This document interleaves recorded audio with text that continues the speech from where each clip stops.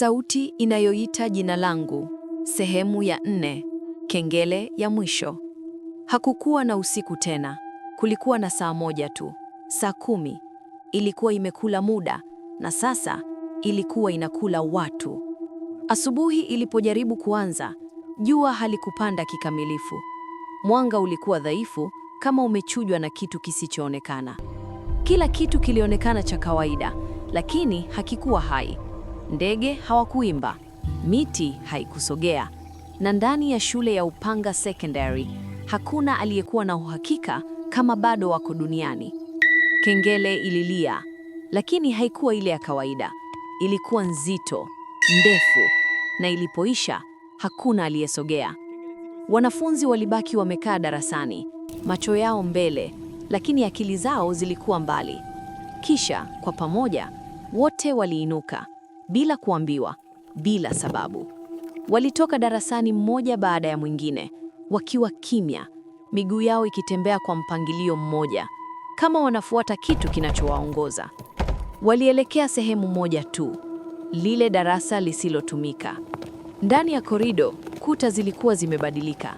Picha za wanafunzi wa zamani zilikuwa zimejaa ukutani, lakini sasa kila picha ilikuwa na sura moja tu, ya Sajai. Toleo tofauti tofauti, akiwa anacheka, akiwa analia, akiwa hana macho, akiwa wanawatazama moja kwa moja. Msichana mmoja alisimama mbele ya picha, akajaribu kuigusa. Mara moja, mkono wake ulivutwa ndani ya picha. Akapiga kelele, lakini hakuna aliyesimama. Wengine waliendelea kutembea, kama hawajaona chochote.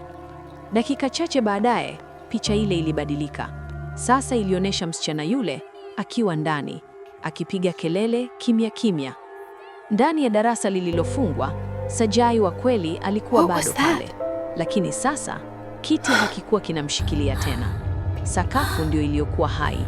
Ilikuwa inampumua kama kifua kinachoinuka na kushuka, kila pumzi ikimvuta polepole chini. Mbele yake, wale Sajai wengine walikuwa wameongezeka.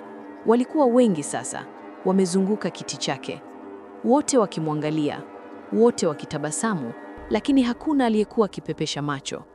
Mmoja wao akasogea karibu, akapiga magoti mbele yake, akasema kwa sauti laini, "Unasikia?" Sajai akatikisa kichwa kwa hofu.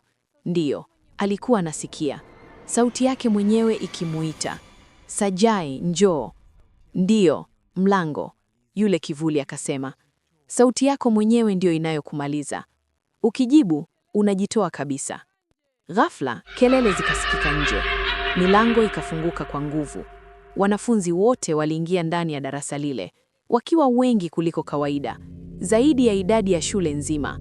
Wakajipanga ukutani, kimya.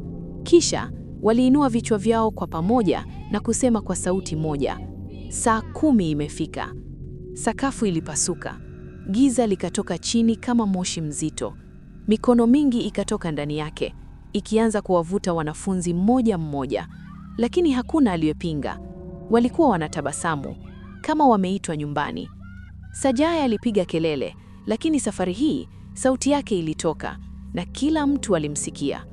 Wale Sajai wengine wote wakageuka kumtazama. Tabasamu lao likatoweka. Kwa mara ya kwanza, walionekana na hasira. "Amejibu," mmoja wao akasema. "Amefungua njia," mwingine akaongeza. Ghafla, kila kitu kilisimama. Kimya kikatawala. Hata ile saa ilisimama kupiga. Kisha, sauti mpya ilisikika. Haikuwa ya Sajai, haikuwa ya wale wengi. Ilikuwa nzito, ya zamani, ya kitu kikubwa zaidi. Mwisho wa ndani, mwanzo wa nje. Mlango wa darasa ukajifungua wenyewe, polepole, kwa kishindo cha kutisha. Na nje yake hakukuwa na shule tena. Kulikuwa na giza lisilo na mwisho. Mmoja wa wale Sajai akageuka akamshika Sajai wa kweli mkono. Kwa mara ya kwanza alimgusa. Baridi kali ilimpenya mwili mzima. Akamwambia, "Twende, wameanza kusubiri nje." Sajai alijaribu kujiondoa, lakini tayari miguu yake ilikuwa inatembea yenyewe, akivuka ule mlango, akiingia kwenye giza, na nyuma yake wanafunzi wote walimfuata. Asubuhi iliyofuata, geti la shule lilikuwa wazi, lakini ndani hakukuwa na mtu hata mmoja. Na kwenye ubao wa matangazo kulikuwa na ujumbe mpya ulioandikwa na maandishi yasiyo na kawaida. Tumetoka. Je, nini kimetoka nje ya shule? Ni nani atakayekuwa wa kwanza kukutana nacho? Na je, Sajae bado anaweza kurudi au tayari amekuwa sehemu yao? Kama unataka kujua majibu ya maswali haya na maswali ulionayo, usikose sehemu ya 5. Usisahau kusubscribe, kushare na kucomment ni yapi mawazo yako kuhusu sehemu ya 5.